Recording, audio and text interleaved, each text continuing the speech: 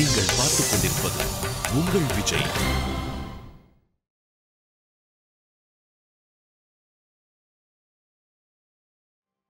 அக்கா, எனக்குன்னு எந்த ஆசையும் இல்லக்கா. அத்தை தானே அப்படி சொன்னாங்க. ஓ, உனக்கு ஒண்ணுமே தெரியாது. உன் அத்தை தான் சொன்னாங்க, அப்படிதானே? உன் ஆசையெல்லாம் உன் புருஷன் கிட்ட உன்னால சொல்ல முடியாதுன்னு உன் அத்தை கிட்ட சொல்லி உன் காரியத்தை சாதிச்சுக்கிறல. உன் நாடகம் என்னன்னு எனக்கு தெரியாதுன்னு நினைச்சுக்கிட்டியா? உண்மையாவே அப்படிலாம் இல்லக்கா. உண்மையாவே இல்ல? இல்ல. நிஜமாவே இல்ல? இல்லக்கா. அப்ப நான் ஒன்னு சொல்றேன், சரியா? போ, போய் இப்பவே அந்த புது ப்ராடக்ட்டுக்கு ஏன் பேரு வைக்க சொல்லி உன் அத்தை கிட்ட சொல்லு. போ, போடி. ஏய், போடினா.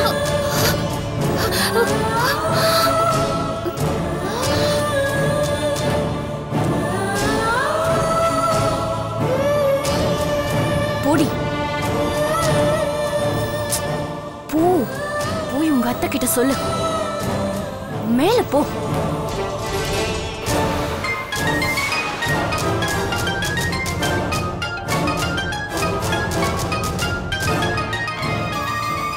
அத்தை ஆசைப்பட்டு சொன்னது, நான் என்ன பண்ண முடியும்? அக்கா எதுக்கு எடுத்தாலும் என் மேலேயே எரிஞ்சு விழுறாங்க. சத்தியமா எனக்கு எந்த ஆசையும் கிடையாது. என் வீட்டுக்காரர் மட்டும் என்கிட்ட அன்பா நடந்துக்கிட்டா அதுவே எனக்கு போதும்.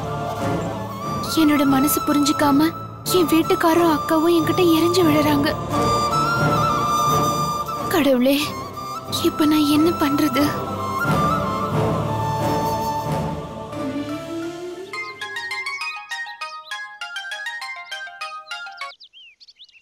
ஆமா, ஏதாவது ஐடியா வந்துச்சா? என்ன விட்டா வேற யாருக்கடி ஐடியா வரும்? உனக்கு என்ன, உங்க மாமாக்கு பதிலா ரவிய ப்ராஜெக்ட் வேலையா வெளியூர் அனுப்பணும். நீயும் உன் புருஷன் கூட சேர்ந்து வெளியூர் போகணும், அவ்வளவுதானே? ஆமாமா. அதுக்கு நான் சொல்ற மாதிரி செய். என்னம்மா சொல்லு. இப்போ நீ உன் அத்தை கிட்ட போய்,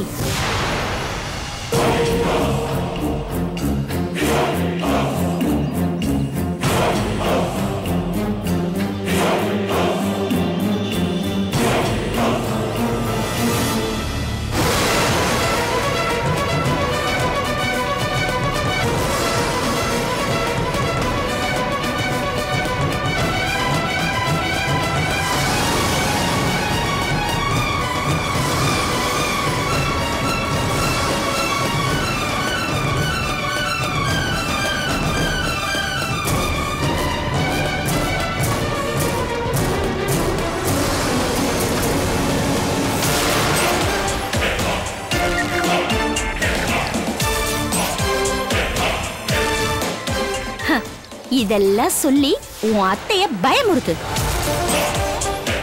எப்படிப்பட்ட அம்மாவுக்கும் தம் பிள்ளை மேல பாசம் இருந்தே தீரும்.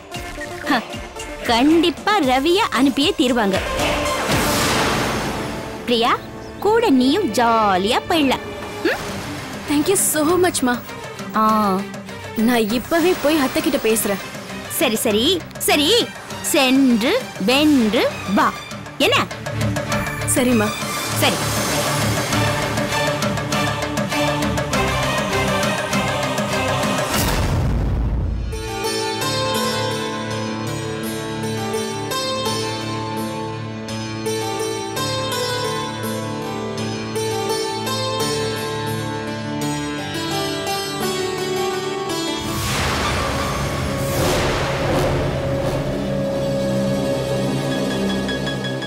அத்தை, ட்ரெஸ் எல்லாம் பேக் பண்ணிட்டு இருக்கீங்களா? ஆமா. நானும் ஹெல்ப் பண்ணட்டுமா? வேண்டாம்மா, நானே எல்லாம் பாத்துக்கிறேன். அத்தை, மாமாவுக்கு ஒரு 50-55 வயசு இருக்குமா? ஏன்?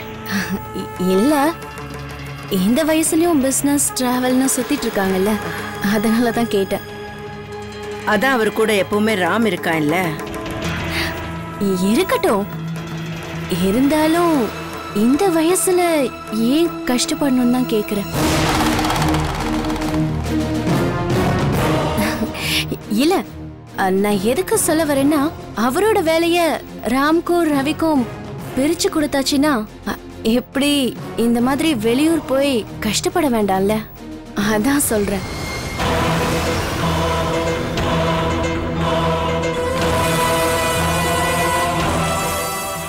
இத பத்தி நான் யோசிக்கவே இல்லை பிரியா. நீ சொல்றதும் சரிதான். ஆனா இப்ப போக வேண்டான்னு சொன்னா அவர் வேலை கெட்டு போகாதா? அதனாலதான் ரவியை அனுப்ப சொல்றேன். இந்த மாதிரி மீட்டிங்ல போனா தானே அவரும் ராம் மாதிரி பிசினஸ்லாம் கத்துக்க முடியும். இப்ப பாருங்க, ஆரம்பத்துல இருந்தே சித்ராத்த ராம்க்கு சப்போர்ட் பண்ணி இப்ப ராம் எவ்வளவு பெரிய பேர் வாங்கியிருக்காரு. உங்களுக்கும் உங்க பையன் அந்த மாதிரி ஆகணும்னு ஆசை இல்லையா?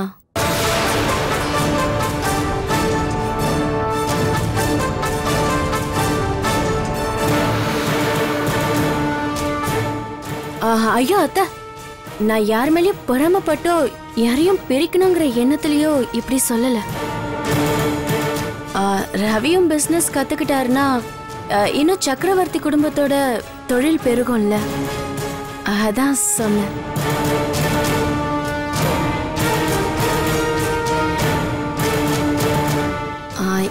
எனக்கு சொல்லணும்னு தோணுச்சு, அதான் சொன்னேன். வேற அத்தை?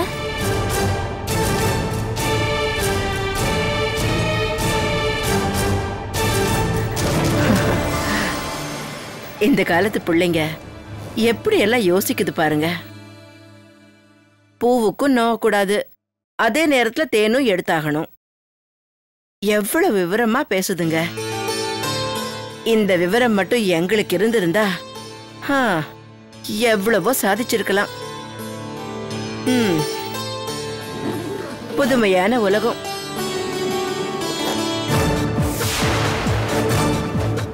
கடவுளே, நான் நினைச்ச மாதிரி நடக்கணும், இல்லனா நான் பட்ட பாடெல்லாம் பாழா போயிடும்.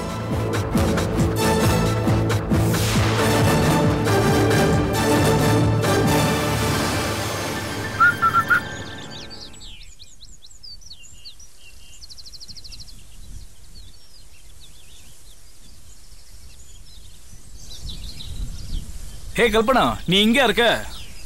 உன்னை எங்கெல்லாம் தேடுறது? என்ன? ராம்க்கு பெரிய இன்டர்நேஷனல் கம்பெனில இருந்து இந்தியன் காஸ்மெட்டிக் ப்ராடக்ட் பண்ற ஆர்டர் கிடைக்கிற மாதிரி இருக்கு. இதை விட சந்தோஷமான விஷயம் என்ன தெரியுமா? இந்த ப்ராடக்ட்டுக்கு சீதா பேர் தான் வைக்கணும்னு உங்க அம்மாவே சொல்லிருக்காங்களாம். ஹே கல்பனா, என்ன கல்பனா இது? நான் எவ்வளவு சந்தோஷமான விஷயம் சொல்லிட்டு இருக்கேன், நீ பாட்டு அப்படி போயிட்டே இருக்க. அது உங்களுக்கு சந்தோஷமா இருக்கலாம், ஆனா எனக்கு சந்தோஷம் இல்ல. ஏன்?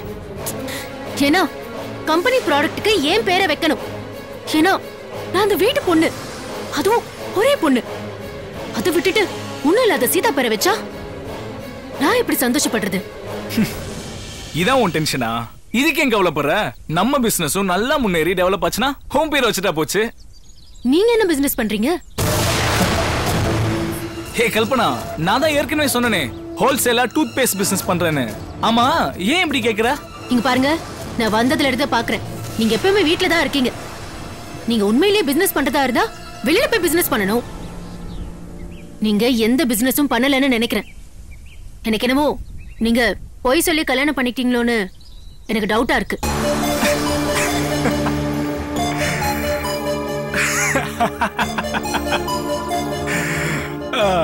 கல்பனா கல்பனா, உன் பேச்ச கேட்டா எனக்கு ஒரே சிரிப்பு சிரிப்பா தான் வருது.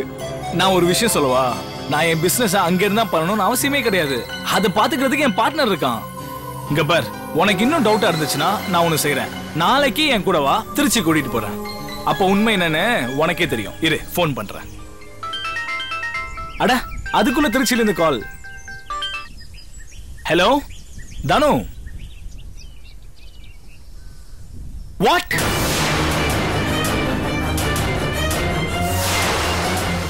என்ன சொல்றீங்க தானு? எப்போ? சரி சரி, ஓகே ஓகே, நானே ட்ரை பண்றேன். ஓகே ஓகே, ஒரு நிமிஷம் கல்பனா.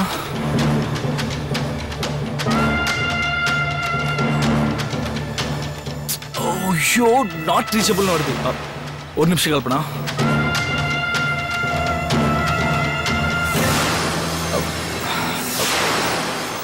ஐயோ திருப்பி திருப்பி நாட் ரீச்சபிள்னு வருது. கல்பனா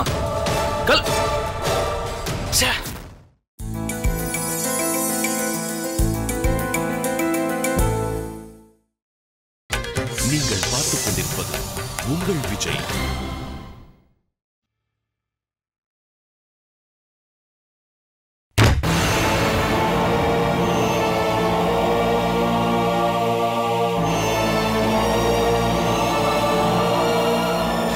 காலே போக மாட்டேங்குது. கல்பனா கல்பனா சரண் சரண் இங்க வா. ஏன் இப்படி டென்ஷனா இருக்க? என்னாச்சு உனக்கு?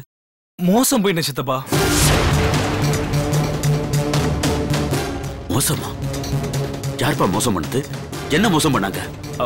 நான் பார்ட்னர்ஷிப்ல ஏஜென்சி பண்ணிட்டு இருந்தேன்ல, அவன் நான் சப்ளை பண்ண மெட்டீரியல் லட்சக்கணக்கான படம் எல்லாத்தையும் எடுத்துட்டு ஓடி போயிட்டான் சித்தப்பா.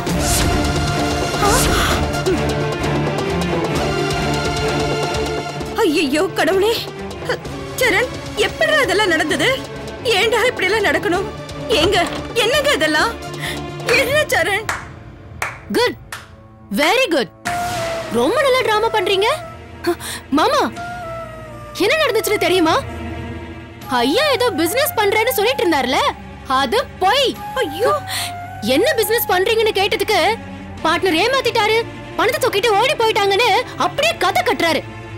ஏய், உங்க கதை எல்லாம் திருச்சி மலைக்கோட்டையில பணம் வித்துட்டு இருப்பா பாருங்க, அவகிட்ட போய் சொல்லுங்க. ஏய், யார்கிட்ட நீ கை நீட்டி பேசுற? என்ன பேசுற நீ? சரண் எதுக்கு போய் சொல்லணும்? சரண் மட்டும் போய் சொல்லல, நீங்க எல்லாரும் சேர்ந்து என்கிட்ட போய் சொல்லிருக்கீங்க. என் வீட்ல இருக்கிறவங்களை ஏமாத்தி என்ன கல்யாணம் பண்ணி இங்க கூட்டிட்டு வந்திருக்கீங்க. வந்துட்டாடா அவ அம்மா மாதிரி வாயாட. என் பையனை என்ன சாதாரணமா நினைச்சிட்டியா? அவன் ராஜகுமாரன்டி. நீ ஊர் சிரிக்கிற மாதிரி நடந்துகிட்ட. அன்னைக்கு நீ இருந்த நிலைமைய பார்த்த அவ பாவம் சக்கரவர்த்தி குடும்பத்தோட மானத்தை காப்பாத்தணும்டா. நம்ம பொண்ணுங்க 2 பேரும் அங்க வாழறாங்க, அவளை எப்படியாவது கல்யாணம் பண்ணிக்கோ நான் கெஞ்சி கேட்டதுக்கு பின்னாடிதான் அவன் உன்னை கல்யாணம் பண்ணிக்க சம்மதிச்சான்.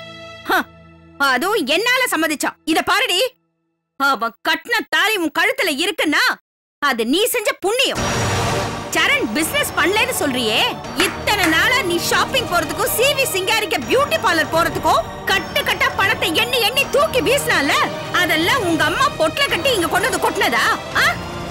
அதெல்லாம் அவன் பிசினஸ்ல கஷ்டப்பட்டு சம்பாதிச்ச பண்ணுண்டி. பாவம், யாரோ பிசினஸ்ல மோசம் பண்ணிட்டாங்கன்னு அவன் வருத்தப்பட்டுக்கிட்டு இருக்கான். அவனை வாய்க்கு வந்தபடி இப்படி மனசாட்சியே இல்லாம பேசுறேடி. இத பாருப்பா, அந்த பிசினஸ் போனா போகட்டும், அதுக்காக நீ இடிஞ்சு போய் உட்கார்ந்துராத. நீ புத்திசாலிடா. நாம ஏமாந்துட்டோமே அதையே நினைச்சுக்கிட்டு இருக்காம வேற ஏதாவது பிசினஸ் பண்ணு, கண்டிப்பா நல்லதே நடக்கும். எனக்கு ஒன்னும் பணம் போச்சுன்னா வருத்தம் சித்தி. ஆனா இத்தனை வருஷமா என் கூட இருந்தவனே என்ன மோசம் பண்ணிட்டான்னு நினைக்கும் போது தான் மனசு ரொம்ப வேதனையும் வருத்தமாவும் இருக்கு சித்தி. அதுக்காக நான் இப்படியே இருந்துட மாட்டேன் சித்தி. தனியா நின்னு என் பிசினஸ்ல நான் முன்னேறி காட்டுவேன். அந்த நம்பிக்கை எனக்கு இருக்கு சித்தி.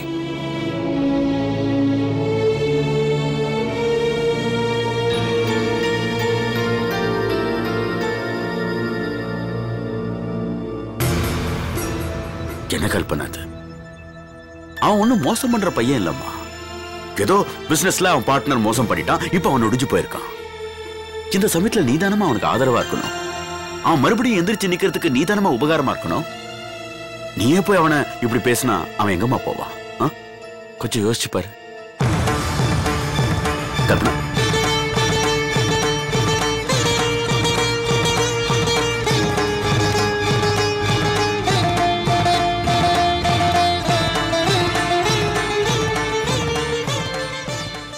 ஐயோ,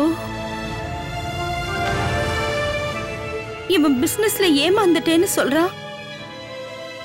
இவன் வச்சிருந்த பணம் எல்லாம் போச்சா? அப்பாடா, கெட்டதுலயும் ஒரு நல்லது நடந்திருக்கு. இவன் எங்க கல்பனாவை கூட்டிட்டு திருச்சிக்கு போயிடுவானோன்னு நான் பயந்துகிட்டு இருந்தேன். அவன் இங்கேயே இருந்து வேற பிசினஸ் பண்ண போறான். மொத்தத்துல இவன் பார்ட்னர் இவனுக்கு மோசம் பண்ணியிருந்தாலும் எனக்கு நன்மை பண்ணிருக்கான். இனிமே நான் நிம்மதியா இருக்கலாம்.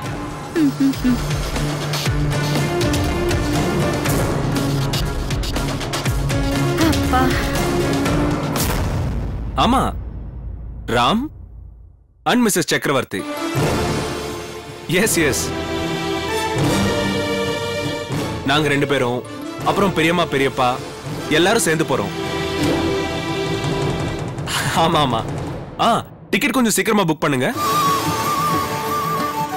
யா, எக்ஸாக்ட்லி. பரவாயில்லையே, ராம் அவனாவே சீதாக்கு டிக்கெட் புக் பண்றான்.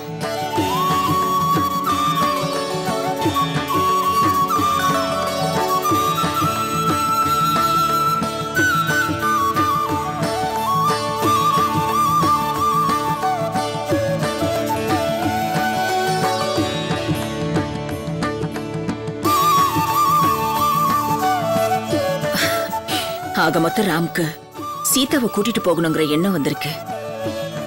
அதை நினைச்சா ரொம்ப சந்தோஷமா இருக்கு. அங்க போன பின்னாடியாவது ராம் மனசு மாறி சீதாவை தான் மனைவியா ஏத்துக்கிட்டா அதுவே போதும்.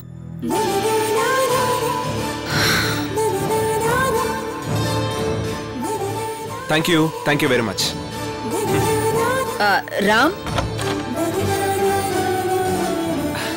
மா வா.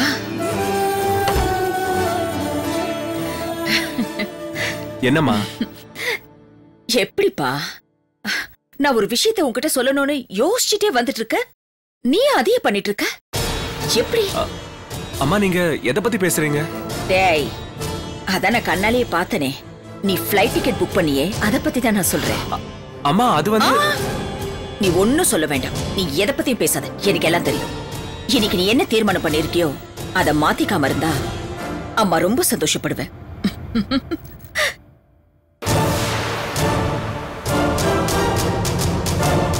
அம்மா எதை பத்தி பேசிட்டு போறாங்க? ஒன்னும் புரியலையே. ஓஹோ, அம்மாவை என் கூட கூட்டு போறது அம்மாவுக்கு சந்தோஷமா இருக்குன்னு நினைக்கிறேன். ஆனா சீதா ஏன் என்கிட்ட வந்து அவளை கூட்டிட்டு போகணும்னு அம்மா சொன்னதா சொன்னா?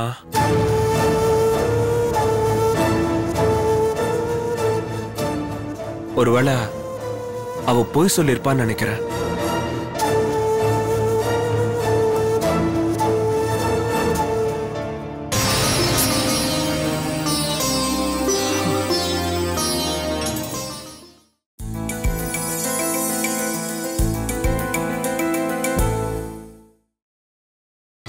நீங்கள் பார்த்துக் கொண்டிருப்பது உங்கள் விஜய். அம்மா சொன்ன மாதிரி ராம் சீதாவை வெளியூர் கூட்டிட்டு போக கூடாது. நானும் ரவியும் போற மாதிரி பண்ணிடு கடவுளே. அப்படி மட்டும் பண்ணிட்டா நான் தினமும் உனக்கு துளசி மாலை போட்டு பூஜை பண்றேன்.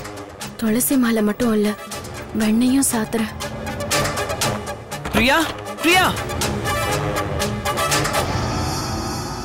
யா, பிரியா, பிரியா. ஹே ரவி, என்ன ரவி? எனக்கு ரொம்ப சந்தோஷமா இருக்கு பிரியா. என்னாச்சு ரவி? நானும் அண்ணன் கூட ஊருக்கு போறேன். உண்மையாவா? ஆமா பிரியா, அப்பா வரல.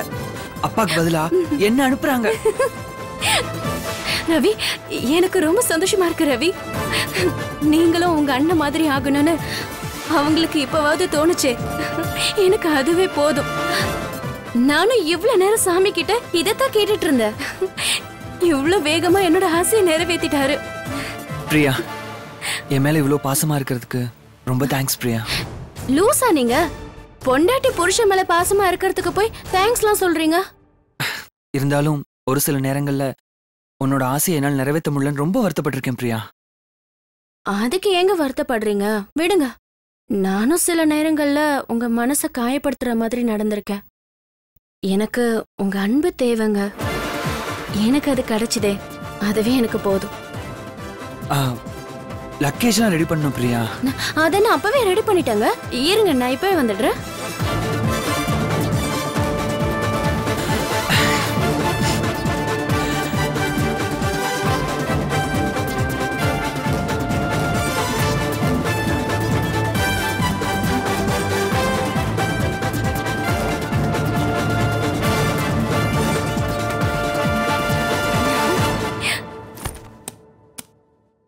ஓகேவா? நான் போறேன்னு எனக்கே தெரியாது. அப்படி இருக்கும்போது நீ எப்படி ரெடி பண்ண பிரியா? அது இப்படி நடக்கும்னு என் மனசு சொல்லுச்சு. அந்த நம்பிக்கையில தான் ரெடி பண்ண. ஓ, குறிப்பறிந்து உதவி செய்வாள் பத்தினி.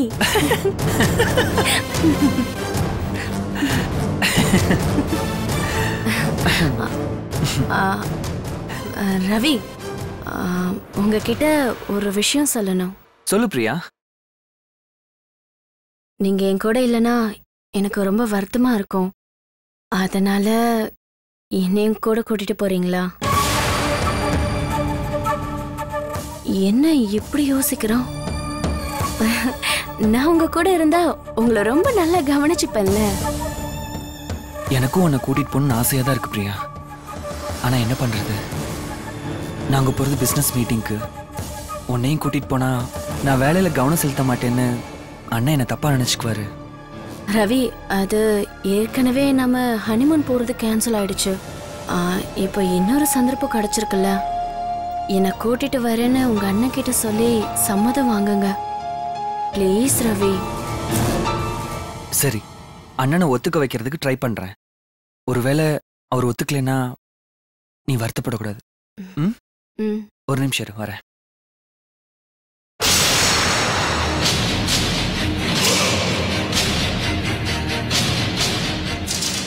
எல்லாத்துக்கும் அவங்க அண்ணனை தான் கேட்கணுமா? ஐயோ, எப்படியாவது அவங்க அண்ணன் ஒத்துக்கணுமே.